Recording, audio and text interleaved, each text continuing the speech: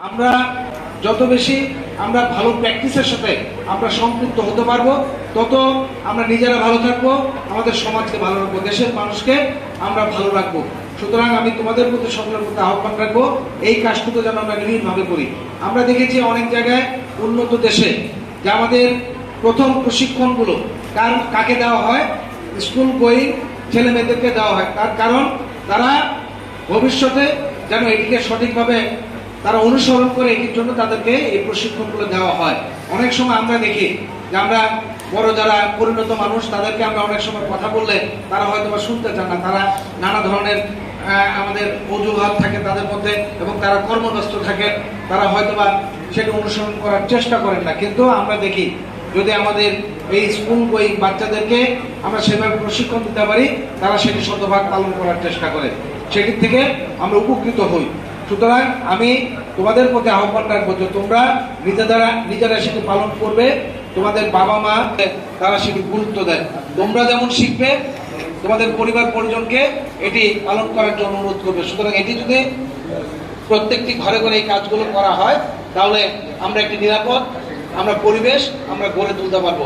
তোমাদেরকে অনুরোধ রাখবো এবং বিশেষ করে এখানে আমাদের খুদে ডাক্তাররা আছে, আমরা তোমাদের প্রতি আহ্বান রাখবো যে তোমরা সারা বছর তোমাদের সহপাঠীদেরকে কিভাবে নিরাপদ রাখবে এই প্রশিক্ষণগুলো কম বেশি তোমাদেরকে দেওয়া হয়েছে।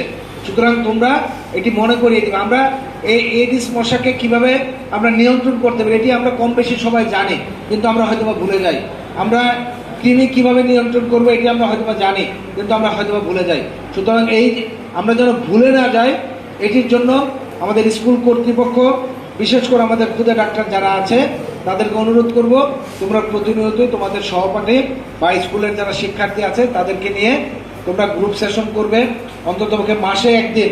আমাদের স্কুল কর্তৃপক্ষকে অনুরোধ করবো, আমাদের সুযোগ্য প্রধান শিক্ষক মহোদয়কে, আপনি মাসে একদিন অন্ততপক্ষে আমাদের কয়েকটি ক্লাস মিলিয়ে একটি আমাদের গ্রুপ করে যেন এই বিষয়গুলো যেন তাদেরকে অবহিত করার বা তাদেরকে মনে করিয়ে দেওয়ার সেই জাতীয় কৃমি নিয়ন্ত্রণ সপ্তাহ 2024-এ শুভ উদ্বোধন ঘোষণা করে সবাইকে আন্তরিকভাবে ধন্যবাদ এবং কৃতজ্ঞতা জানিয়ে আমি আমার কথা শেষ করছি।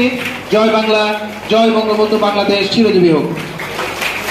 করে ওই জায়গাটা ছিদ্র করে দেয়, ছিদ্র করে ওখান থেকে ট্রাকশন করে রক্তটা আমরা এই যে যেভাবে পেপসি খাই, 7-আপ খাই, ওইভাবে রক্তটা চষে।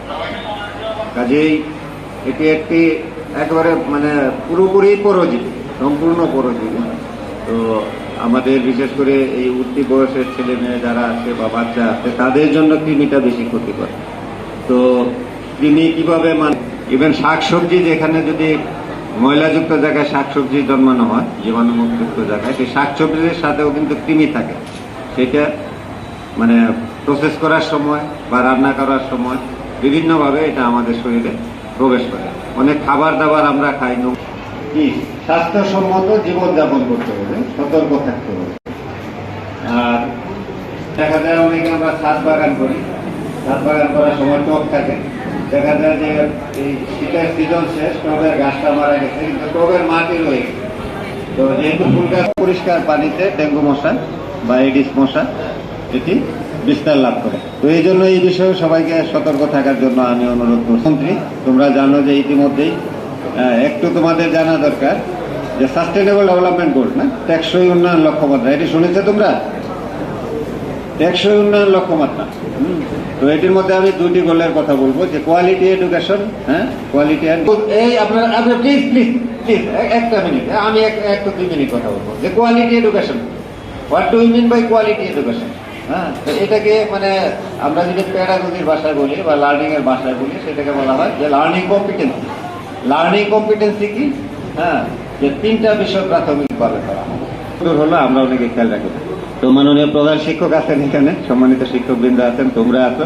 তো মাননীয় প্রধানমন্ত্রীর যে গোল, যে সবার জন্য মানসম্মত শিক্ষা, সেটা তোমাদের মাধ্যমে আমরা অর্জন করব।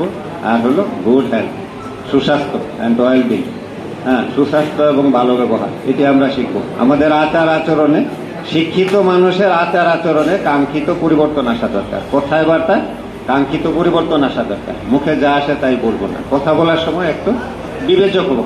তা আমি দীর্ঘায়িত করছি না কথা, তোমরা সবাই ভালো থাকো। তোমাদের সবার আমি সুস্বাস্থ্য এবং মঙ্গল কামনা করছি। আগামী শতাব্দীর বা আগামী দিনের চ্যালেঞ্জ মোকাবেলা আমরা যারা আছি সবাইকে প্রস্তুতি নিতে হবে। তো এই আশাবাদ ব্যক্ত করে বাংলাদেশ বিরোধী কৃমি নিয়ন্ত্রণে আমাদের কি কি করণীয় এবং